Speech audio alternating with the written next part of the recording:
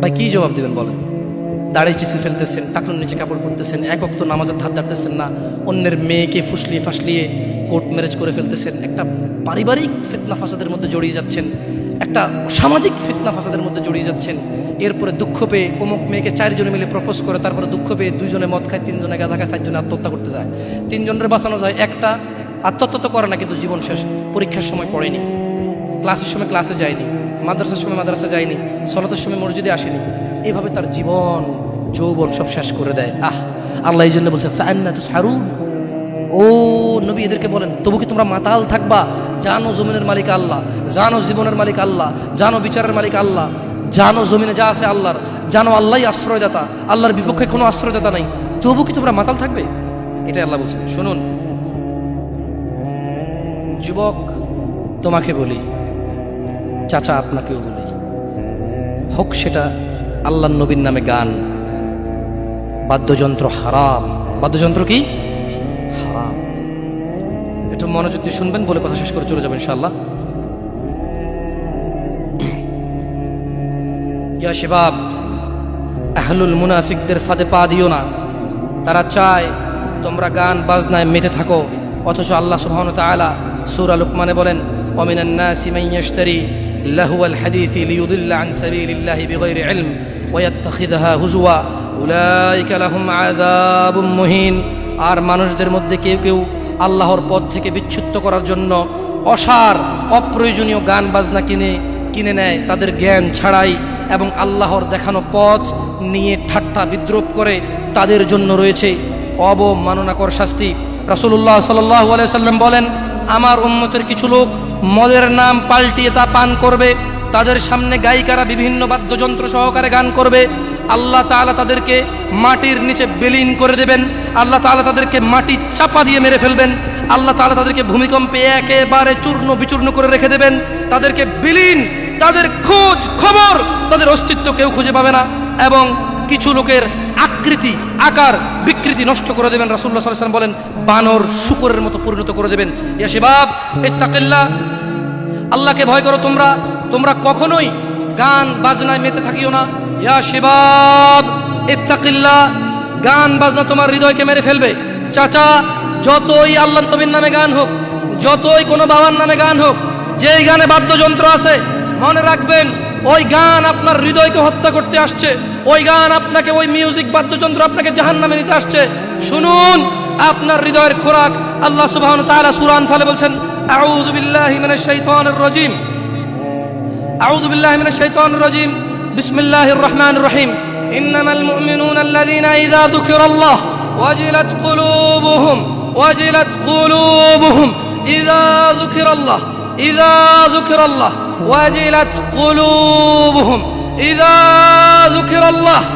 নিশ্চয় যারা আল্লাহর প্রতি ঈমান এনেছে, ইযা যুকিরাল্লাহ, তাদের সামনে যখন আল্লাহর নাম নেওয়া হয়, ওয়াজিলাত কুলুবুহুম, তাদের হৃদয় শান্তি খুঁজে পায়, ওয়াইযা তুলিয়াত আলাইহিম আয়াতুহু যাদাতহুম ঈমানা ওয়া আলা রাব্বিহিম ইয়াতাওয়াক্কালুন।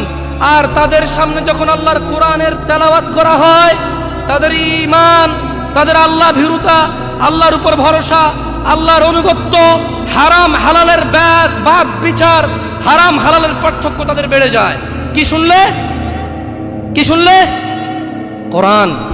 আর যদি বাদ্যযন্ত্রের সাথে আপনারা একাকার হয়ে যান, আল্লাহ সুবহানাহু ওয়া তাআলা বলছে ভূগর্ভে মাটির নিচে বিলীন করে দেবে, চেহারা করে দেবে শূকর বানরের চাইতেও খারাপ।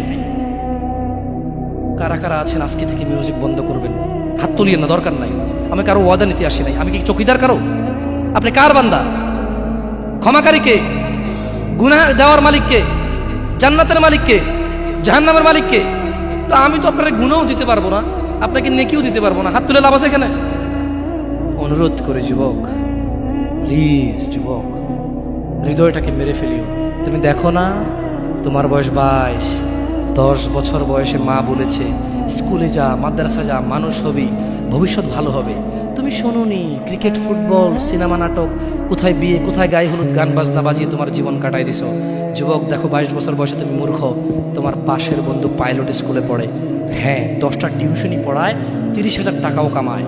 হ্যাঁ, তুমি যাকে বিয়ের প্রস্তাব দিচ্ছ কেউ রাজি নাই, ওর জন্য 5টা ঘর আসে, ওর মা বলছে এখনো ছোট, আরো পড়াশোনা করুক, আর তুমি বিয়ের জন্য হন্য হয়ে খুঁজতেছ, কোনো রিক্সাওয়ালাও তোমাকে মেয়ে দিতে রাজি। তুমি দেখো 10 বছর 15 বছর বয়সে যদি মায়ের ওই কথা মেনে নিতা, তাহলে তুমি আজকে উপকৃত থাকতা।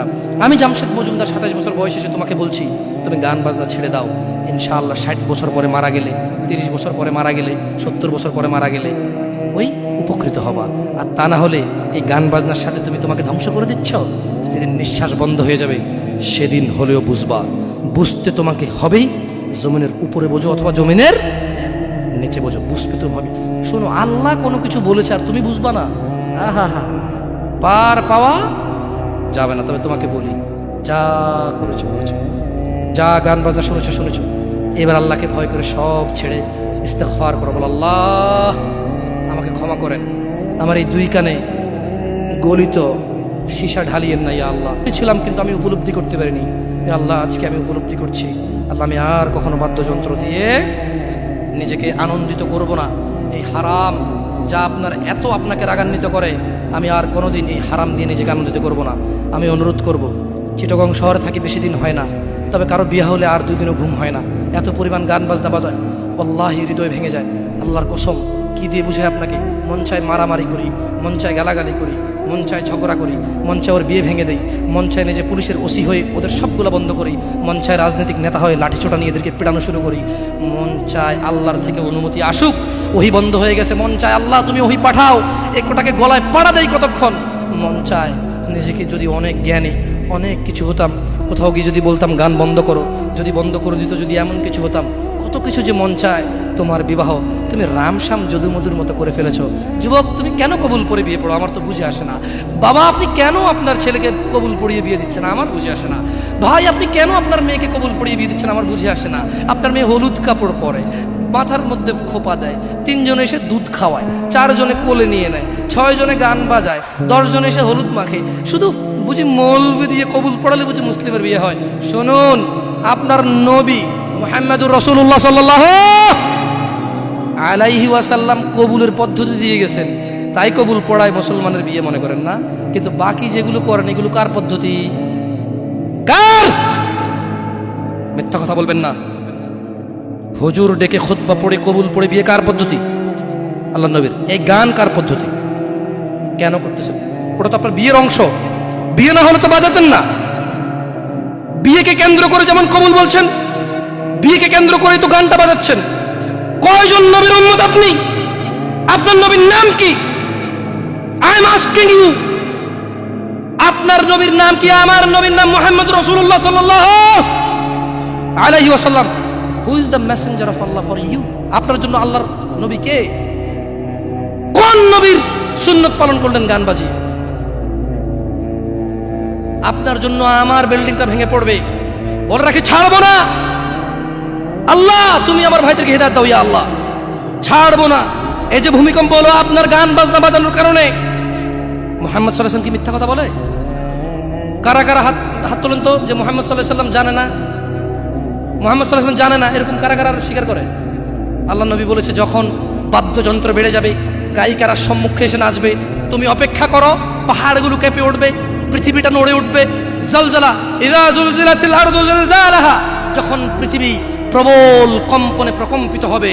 ওয়া খরাজাতিল আরদু আসকালাহা, যখন এই মাটি তার ভিতরে যা আছে একদম লাথি মেরে বের করে দেবে, লাশ হোক আর যাই হোক, মাটি বলবে যে বের হও, বের হও আমার থেকে, বের হও, আমি তোর আর কাউকে রাখবো না। ওয়া ক্বালাল ইনসান, মানুষ বলবে মালাহা মালাহা, পৃথিবীটার কি হলো, এই মাটির কি হলো? কেন সে কবরগুলো লাশগুলো বের করে দিচ্ছে? কেন সে স্বর্ণ মতি হীরা মানিক্য বের করে দিচ্ছে? মালাহা, এর কি হলো?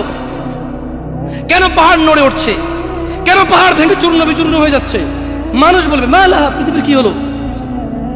বিআন্না রাব্বাকা আওহালাহা, পৃথিবী এটা করবে বিআন্না রাব্বাক, কারণ তোমার প্রতিপালক আওহালাহা পৃথিবীকে আদেশ করেছে। আপনি গান শোনেন, আমি শুনি না। আপনি গান বাজান, আমি বাজাই না। যখন চিটাগং নড়ে উঠলো ভূমিকম্পে, আপনার বাড়ির সাথে আমার বাড়িটা উঠছে। বন্ধ করেন এই জুলুম আমাদের উপর। আল্লাহর দিকে তাকিয়ে বন্ধ করেন, আল্লাহর দিকে তাকিয়ে বন্ধ করেন। আপনার বাড়িটা যদি ভেঙে ফেলার তো ইচ্ছা, বুলডোজার এনে ভেঙে ফেলেন, কেউ ধরবে? কেউ জিজ্ঞেস করবে আপনাকে? আপনি গান বাজনা শুনে এভাবে পৃথিবীতে বিপর্যয় নিয়ে আসতেছেন। ইত্তাকিল্লাহ হাক্কা তুকাতিহ, আল্লাহকে ভয় করুন যেভাবে ভয় করা উচিত। ইয়া শিবাব, আহলুল মুনাফিক নামধারী কিছু মুসলমান, এদের ফাঁদে পা দিও না। তারা চায় তোমরা নেশায় মত্ত হয়ে তোমরা তোমাদের জীবনটাকে জাহান্নামে উজাড় করে দাও। তারা চায় তোমরা শয়তানের ফাঁদে পা দিয়ে তোমরা আল্লাহ দ্রোহিতা এবং রাসূল দ্রোহিতায় মেতে ওঠো। অথচ আল্লাহ চায় তোমরা সফলতার দিকে আসো, আল্লাহ চায় তোমরা আল্লাহর ক্ষমার দিকে আসো, তোমরা সফল হও, আল্লাহ চায়। আল্লাহ সুবহানাহু ওয়া তাআলা বলেন, ইয়া আইয়ুহাল্লাযীনা আমানু ইন্নামাল খামরু ওয়াল মাইসির ওয়াল আনসাব ওয়াল আজলাম রিজসুম মিন আমালিশ শাইতান ফাজতানিবুহু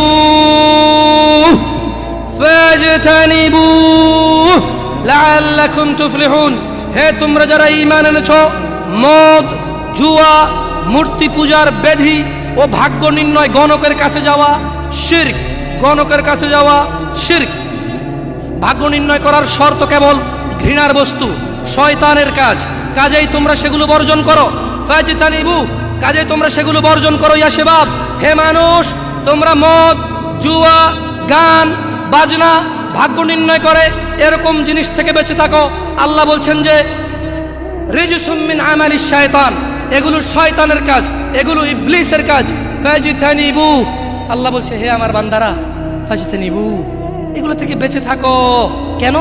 লাআল্লাকুম তুফলিহুন, যাতে তোমরা জিতে যাও, যাতে তোমরা সফল হও, যাতে তোমরা জান্নাতি হও, যাতে তোমরা ভয়াবহ আগুন থেকে বেঁচে যাও। জাহান্নামের আগুন কি? নাযাআতাল লিশশাওয়া, চামড়া খসে দেবে, এটা হচ্ছে জাহান্নামের আগুন। জাহান্নামের আগুন থেকে বাঁচার দরকার আছে না নাই?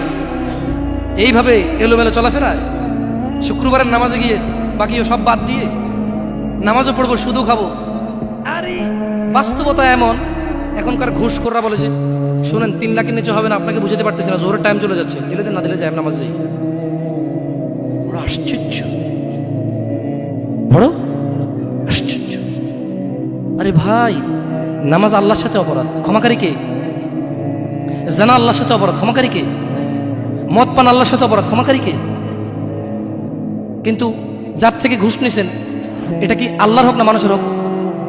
ক্ষমাকারী কে? মানুষ, আল্লাহ না। আল্লাহ ক্ষমা করবে না, আল্লাহ নিজের উপরে হারাম করে দিয়েছে এটা।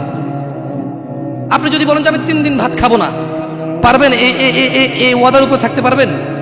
নাকি খিদের জ্বালা খেতেই হবে? আল্লাহ এতটাই ক্ষমতাবান, তিনি যদি বলেন যে আমি এটা করব না, তিনি এটা না করে থাকতে পারেন। অনেকে বলে যে আল্লাহ চাইলে পুরুষেরটাকে মহিলা বানাইতে পারবে। আমরা বলি যে আল্লাহ চাইলে সবই পারবে, কিন্তু আল্লাহ এখানে বলেছে যে আমি চাইবই না এটা। আর আল্লাহ এত ক্ষমতাবান, আমি এটা করবো না বলে পৃথিবীর কেউ জোর করে ওনাকে করাইতে পারবে না। আমরা কথা বুঝতে পারছেন? এই জন্য মানুষের হক যে নিচ্ছেন আপনারা, আল্লাহ ক্ষমা করবে না। তো প্রশ্ন, আল্লাহ এত ক্ষমতাবান, আল্লাহ ক্ষমার মালিক না আল্লাহ? আল্লাহ এই ক্ষমতাটা তার বান্দাকে ভালোবেসে দিয়ে দিছে। হ্যাঁ বান্দা নে, তোকে দিয়ে দিলাম ইখতিয়ার, আমি আল্লাহ মিথ্যা কথা বলি না। তোর হক যে খাবে, তুই মাফ করলে সে মাফ পাবে, আমি মাফ করবো না। আমি দাখিলে দিব না জায়গায়, কি করবে না? আমি নাকি গোলাপ না। লা ইলাহা ইল্লাল্লাহ, সুবহানাহু, তিনি পবিত্র। তো তারা চায় তোমরা মদ, জুয়া, নেশায় ব্যতিব্যস্ত হয়ে থাকো। নামধারী মুসলিমরা চায়, মুনাফিকরা চায় এটা। কাফেরদের দোষ দিয়ে লাভ নাই, 90% মুসলমান দেশ, আপনারাই তো বলেন। তা কাফের কি করে এখানে? এখানে মদের আড্ডার মালিক মুসলমান, এখানে গানের আড্ডার মালিক মুসলমান, এখানে ডিস কেবলের মালিক মুসলমান, এখানে মানুষ মারে মুসলমানের কথায়, এখানে মানুষ বাঁচায় মুসলমানের কথায়, এখানে দুজনে যায় উঠা নিয়ে চলে আসে কাউকে মুসলমানের কথায়। মুসলমানের বাড়ির নিচে মসজিদ, মুসলমানের দোকানের উপরে মসজিদ, মুসলমানের ঘরের পাশে মসজিদ, মুসলমান নামাজ আসে না, কাফের দোষ দিবেন কিভাবে? এরা সবই তো মুসলমান। তো এরা কি মুসলমান না মুনাফিক? এরা মিথ্যাবাদী। কি আপনারা মনে কষ্ট নিচ্ছেন যে আমাদেরকে গালি দিয়ে গেল? আল্লাহি আল্লাহি, ভুল বুঝিয়েন না। আমি এই কথাগুলো বলে বোঝাতে চাচ্ছি, আপনি যে নামাজ পড়েন না, এটা ছাড়া বিকল্প নাই। আমি বলি না যে আপনি খারাপ জাহান্নামে চলে যাবেন, না। আপনার মালিক কে? তিনি যদি আপনাকে জান্নাত দেয়, ক্ষমা করে, কেউ ঠেকাইতে পারবে? কিন্তু মনে রাখবেন, তিনি মিথ্যা কথা বলেন না। তিনি বলে দিয়েছে তিনি কাদেরকে জান্নাত দেবে। উনি পৃথিবী পরিচালনা করেন একটা নিয়ম শৃঙ্খলায়। কিভাবে? একটা নিয়ম শৃঙ্খলায়। বুঝে আসছে না? আসে নাই? যাই হোক, ইবনে আব্বাস রাদিয়াল্লাহু আনহুমার বর্ণনায় রাসূল সাল্লাল্লাহু আলাইহি সাল্লাম বলেন, আল্লাহ তাআলা মদ, জুয়া, তবলা, সারেঙ্গি হারাম করেছেন। তিনি আরো বলেন, নেশাগ্রস্ত করে এমন প্রত্যেক বস্তু হারাম। মুসনাদে আহমদ ও আবু দাউদ এসেছে। এছাড়াও বহু প্রমাণ ও নির্ভরযোগ্য হাদিস রয়েছে যাতে গান, বাদ্যযন্ত্র হারাম ও নাজায়েজ। বলা হয়েছে এই ব্যাপারে বিশেষ সতর্কবাণী রয়েছে ও কঠিন শাস্তির ঘোষণা করা হয়েছে। রাসূলুল্লাহ সাল্লাল্লাহু আলাইহি সাল্লাম বলেছেন, আমার উম্মতের মধ্যে এমন সম্প্রদায় হবে যারা জেনা, ব্যভিচার, রেশমি কাপড় ব্যবহার, মদ, পান ও গান, বাদ্যকে হালাল করবে। আপনি আপনি আপনি খেয়াল করে দেখেন, আল্লাহ নবী ভবিষ্যৎবাণী দিয়ে গেছে যে আমার উম্মতের মধ্যে এমন কিছু লোক বের হবে যারা দাঁড়িয়ে থাকবে, 60 বছর বয়স হবে, মসজিদের সভাপতি হবে, স্কুলের সভাপতি হবে, অথবা কোনো পতিই হইল না, কারো পতিই হইল না, এমনি মানুষ ভিক্ষা করে হলো বিয়ে করে গান বাজনার ব্যবস্থা করবে। ভিক্ষা করে হলো গান বাজনার কি করবে? ব্যবস্থা করবে। না নাহলে তাকে বিয়ে হচ্ছে না, নাহলে কি হচ্ছে না? বিয়ে হচ্ছে না। ওয়াল্লাহি যত পোলা তার বিয়েতে গান বাজা, বাবা জীবিত, এই বাবা দায়ী। যদি ওই বাবা বিয়েতে উপস্থিত থাকে, বাবা ছেলেকে ডাইরেক্ট বলবে, শোনো, তোমার যৌবন আছে, তোমার ইনকাম আছে, তোমার ক্ষমতা, তুমি গান বাজনা বাজাবা। আমি বাবাকে আল্লাহ ক্ষমতা দিছে, আল্লাহকে আমি রাজি থাকবো না, তোমার বিয়ে হবে না। মেয়েকে বলবে, তোর বিয়ে হবে না, তুই গায়ে হলুদে যাবি। মানে আমি খালি এখান থেকে সরে যাই আর বলবো যে এইটা আমি বিয়েতে থাকবো না, এই বিয়ে হারাম, গান বাজনা বাজতেছে, গায়ে হলুদ হচ্ছে, আমি বিয়েতে থাকবো না, এটা আল্লাহ আমার পাওয়ার দিচ্ছে। তুই মক্কার ইমামে যদি বিয়ে পড়াস আর আমি না রাজি না থাকি, তোর বিয়ে হারাম। বুঝে আসছে না? আসে নাই? পোলাই যদি মাইয়ে যদি নিজের পাওয়ার ইস্তেমাল করে, আপনিও নিজের পাওয়ার ইস্তেমাল করেন। বলেন যে কি পাওয়ার দেখাস আমার সাথে, আমি তোর বাপ, কি পাওয়ার দেখাস তুই? তুই আমাকে জাহান্নামে নিয়ে যাবি? নো, ফেরাউন পারেনি, নমরুদ পারেনি, আবু জাহেল পারেনি, আবু লাহাব পারেনি। তুই আমার জন্মের ছেলে, তুই এমন কাজ করবি আমাকে জাহান্নামে নিয়ে যাবি? না, আমি তোর সাথে একমত না, এই কাজে আমি নাই, এই কাজে আমি। বলতে পারবেন? বলতে পারবেন? দেখুন, বলতে পারেন আর না পারেন, এখানে স্বীকৃতি দেন আর না দেন, বলা উচিত। যাই হোক, রাসূলুল্লাহ সাল্লাল্লাহু আলাইহি সাল্লাম বলেন, যে ব্যক্তি দুনিয়াতে মদ পান করবে তার যে ব্যক্তি দুনিয়াতে মদ পান করবে ও তওবা করবে না, সে আখিরাতে তা থেকে বঞ্চিত থাকবে। দেখুন দিনী ভাইয়েরা, জিনা ব্যভিচার এত পরিমাণ বেড়েছে। হে মুসলমান, হে মানুষ, মুনাফিকের ফাঁদে পা দিও না। তারা চায় তোমরা বেহায়াপনা, নির্লজ্জতা, নোংরামো, অশ্লীল চরিত্রকে আপন করে নাও, যা তোমাদের দুনিয়া ও আখিরাতকে সম্পূর্ণ ধ্বংস করে দিবে, যা তোমরা তোমার নিজের ও তোমার ভবিষ্যৎ প্রজন্মের দুনিয়া ও আখিরাত অন্ধকার করে দেবে। এই ব্যাপারে আল্লাহ সুবহানাহু ওয়া তাআলা সূরা আল ইসরা বলছেন, ওয়ালা তাকরাবুজ জিনা, তোমরা জানার কাছেও যেও না, ইন্নাহু কানা ফাহিশাতাও ওয়া সাআ সাবিলা, নিশ্চয়ই এই জিনা ব্যভিচার, নিশ্চয়ই এই জিনা ব্যভিচার, নিশ্চয়ই এই জিনা ব্যভিচার অশ্লীল, অশ্লীল, অশ্লীল, অশ্লীল, নিকৃষ্ট, নিকৃষ্ট, নিকৃষ্ট আচরণ। রাসূলুল্লাহ সাল্লাল্লাহু আলাইহি সাল্লাম বলেন, জিনাকারী ব্যক্তি যখন সে জিনা করে ওই সময় তার ঈমান থাকে না। চোর যখন চুরি করে ওই সময় সে মুমিন থাকে না। মদখোর, নেশাগ্রস্ত লোক যখন সে নেশা করে ওই সময় তার ঈমান থাকে না। চিন্তা করে দেখেন তো, মদ খাওয়া অবস্থা মারা গেলে কি হয়ে মরলেন বলেন তো? যতই হজ করেন, কি হয়ে মরলেন? হজ করতে কে বলছে? আল্লাহ। হজ করতে কে বলছে? মুহাম্মদ সাল্লাল্লাহু আলাইহি সাল্লাম। নামাজ পড়তে কে বলছে? আল্লাহ। নামাজ পড়তে কে বলছে? মুহাম্মদ সাল্লাল্লাহু আলাইহি সাল্লাম। ওই একই মুহাম্মদ সাল্লাল্লাহু আলাইহি সাল্লাম বলছে, চোর চুরি করার সময়, মদখোর মদ খাওয়ার সময়, জিনাকারী ব্যক্তি যতক্ষণ ওই মহিলার সাথে থাকে এর ঈমান কি? বলেন কতদিন বাঁচবেন? কে আছেন বলতে পারেন? আবারও পাইলাম না। আমি ভাবছি এতক্ষণ ওয়াজ শোনার পর একটু সাহস হবে, বলবো যে আমি এতদিন বাঁচবো। তো যে জিনা করতে গেলেন তার মানে গ্যারান্টি আছে যে যা জিনাটা না করে চলে আসবো, তারপরে মরবো তওবা করে? না, এরকমই তো কিছু নাকি? আল্লাহ আমাদেরকে বুঝার তৌফিক দান করুন। দেখুন দিনী ভাইয়েরা, আল্লাহ সুবহানাহু ওয়া তাআলা বলছে যে নিশ্চয়ই তোমাদের ধন সম্পদ ও তোমাদের ছেলে সন্তান তোমাদের জন্য পরীক্ষা এবং তোমাদের শত্রু। কিছু কিছু ক্ষেত্রে ছেলে সন্তান আর ধন সম্পদ কি শত্রু। যে এই ছেলের জন্যই তো রেপ করে আসছে, আপনি বলছেন যে না আমার ছেলে নির্দোষ। 5 লাখ টাকা উকিলকে দিয়েছেন, 10 লাখ টাকা অমুককে দিয়েছেন, 3 লাখ টাকা অমুককে দিয়ে একটা মেয়ের জীবন নষ্ট হয়ে গেল, আপনি পরোয়া করেন। কার জন্য এটা করেছেন বলেন তো? আপনার নিজের জানা করার কারণ নাকি ছেলে? নিজের জন্য না ছেলের জন্য? হ্যাঁ, তো বলেন এই ছেলে কি শত্রু না মিত্র? এই ছেলের এই এই যে আপনি একটা অন্যায়কে সাপোর্ট করে গেলেন, যদি আল্লাহ আপনাকে জিজ্ঞেস করে আপনার বাচ্চা আছে, এই অন্যায়টা আপনি কার জন্য করছেন? কার জন্য? তাহলে এই ছেলেকে শত্রু না বন্ধু? এই জন্যই দিনী ভাইয়েরা, আমি আপনাদের লাস্ট 2-3 মিনিট কথা বলে আমি ইনশাল্লাহ, আপনাদের বক্তারা এসে গেছেন, আমার রাজশাহীর দিকে যেতে হবে একটু। দেখুন, অনেক কথা বলেছি, হয়তো এই বয়সে অনেক কথা আমার মুখে মানায়ও না। আসলে সব কিছুর তো একটা বয়স আছে।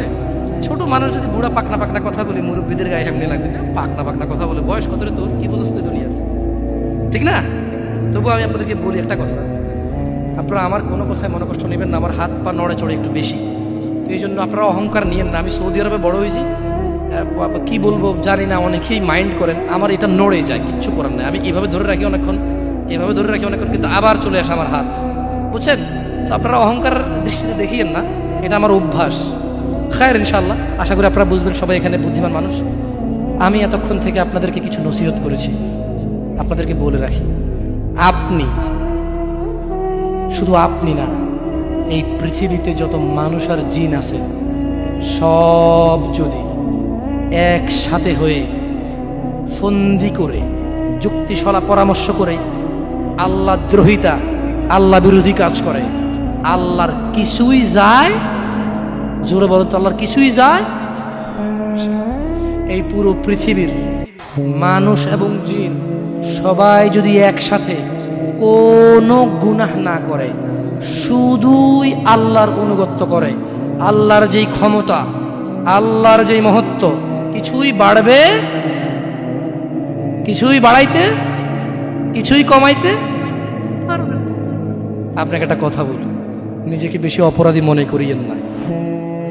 আপনি এত ভালো আল্লাহ পেয়েছেন, আপনি এত ভালো রব পেয়েছেন। বনি ইসরায়েলের একজন লোক 99 জন লোককে হত্যা করলো, তারপর সে চিন্তা করলো আমার ভালো হওয়া উচিত, ক্ষমা পাওয়া উচিত, জাহান্নামের আগুন থেকে মুক্তি পাওয়া উচিত। বাবা, আমি এই জাহান্নাম সহ্য করতে পারবো না, কিভাবে আমি জাহান্নাম থেকে বাঁচবো? তখন সে একজন জ্ঞানী লোকের খোঁজ নিল এবং জিজ্ঞেস করলো যে আমার কি ক্ষমা হবে? ওই লোকে বলল যে না না, তোমার তো ক্ষমা হবে না। একবারে তারেও মেরে কতজন পূর্ণ করলো? কিন্তু তার হৃদয়ে যন্ত্রণা কমেনি। ওই যে একটা যন্ত্রণা, কি কাজ করলে আমি ক্ষমা পেয়ে যাব, কি এমন কাজ করলে আমি আল্লাহর আযাব থেকে রক্ষা পাবো। সে আল্লাহকে প্রচন্ড ভয় পাচ্ছিল।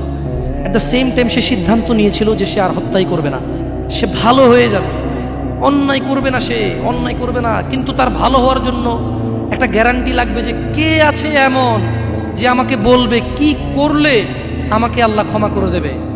ওই লোকটা যখন মারা যায়, আল্লাহ তাকে জান্নাত দিয়েছে। কেন? সে ভালো হওয়ার ইচ্ছা পোষণ করেছে। আপনিও ভালো হওয়ার ইচ্ছা পোষণ করেন, করবেন তো ইনশাআল্লাহ। আর ভালো কখন হতে হবে? কালকে? কালকে কখন থেকে ভালো হতে হবে? না, বিয়ের পরে। ভালো কখন থেকে হতে হবে? না, চাকরির পরে। ভালো কখন থেকে হতে হবে? একটু দাঁড়িয়ে টাড়ি পাকার পরে, নাকি এখন থেকে? একটু নিজেকে প্রশ্ন করিয়েন, যখন বলবেন কালকে থেকে ভালো হয়ে যাব, মহা অন্যায় কথা। মানে আপনি নিশ্চিত গ্যারান্টি দিয়েছেন আপনি কালকে পর্যন্ত বাঁচবেন। এটা কত জঘন্যতম কথা না? আল্লাহ আমাদেরকে বোঝার তৌফিক দান করুন দিনী ভাইরা। একটা হাদিসে কুদসি শুনি চলে যাবো ইনশাআল্লাহ তাআলা। বক্তা এসে গেছেন, মাশাআল্লাহ আলাইহি। আল্লাহ ইয়াহফাযহু ওয়া ইয়াহফাযকুম। আল্লাহ সুবহানাহু ওয়া তাআলা ফেরেশতাদেরকে ডেকে বললেন, কাকে কাকে ডেকে বললেন? ফেরেশতাকে, যে হে ফেরেশতারা, আমার কোনো বান্দা সে যদি গুনাহ করার ইচ্ছা করে, কি করার ইচ্ছা? তুমি লেখিও না।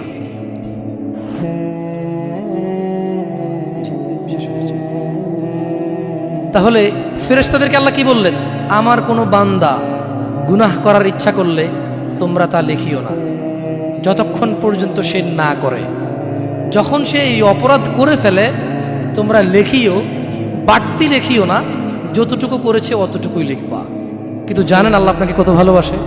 এই সেইম আল্লাহ ফেরেশতাদেরকে বললেন, শোনো, আমার কোনো বান্দা যদি কোনো ভালো কিছু করার নিয়ত করে সঙ্গে সঙ্গে নেকি লিখে ফেলো। সুবহান। আমার কোনো বান্দা যদি ভালো কিছু করার নিয়ত করে সঙ্গে সঙ্গে লিখে ফেলো। সে এই কাজটা করা পর্যন্ত অপেক্ষা করার দরকার। সে নিয়ত করছে, এটা করবে, মাদ্রাসায় দান করবে, মাহফিলে দান করবে, মসজিদে দান করবে, সিগারেট ছেড়ে দেবে, এখন থেকে ছেড়ে দিছে, প্রতিজ্ঞা নিছে, এখন থেকে মদ খাওয়া ছেড়ে দিছে, এই এখন এই মাহফিলে প্রতিজ্ঞা নিছে, ইনশাআল্লাহ তাআলা ফজরে আমার যা হয় হয়, মসজিদ আমার চেহারা দেখবে, আমি মসজিদের চেহারা দেখব। আল্লাহ বলছে যে ফেরেশতা লিখে ফেল, লিখে ফেল। এখন কিন্তু ফজর হয়নি, তো এই লোকটা এরকম প্রতিজ্ঞা করে যদি সে মসজিদে ফজরে উপস্থিত হয়ে যায়, যদি সে মদের বোতল আসলো কিন্তু খেলো না, জুলুম করার সুযোগ আসলো কিন্তু করলো না, সে এবার এই ভালো কাজটা বলে করেও ফেলছে, রাইট? আল্লাহ বলেন যে ফেরেশতা বাড়ায় লেখ, 10 থেকে 700 গুণ বাড়িয়ে দে। ইয়া আল্লাহ, ইয়া আল্লাহ। আমরা তো এতটা অপদার্থ হয়ে গেছি, এতটা নিমুখারাম নাফরমান হয়ে গেছি, ভালো কিছু করার নিয়ত করি না। কোনো হুজুর আসা ঠিক কিনা, সবাই ঠিক, তারপর শেষ, সব শেষ। না, আমাকে ঠিক বলতে হবে না, এখানে সবাইকে শুনে ঠিক বলতে হবে না, আপনি ঠিক হয়ে যান। আল্লাহ আমাদেরকে বোঝার তৌফিক দান করুন। আল্লাহ সুবহানাহু ওয়া তাআলা বক্তা এবং শ্রোতার অনিষ্ট থেকে উভয়কে আশ্রয় দান করুন।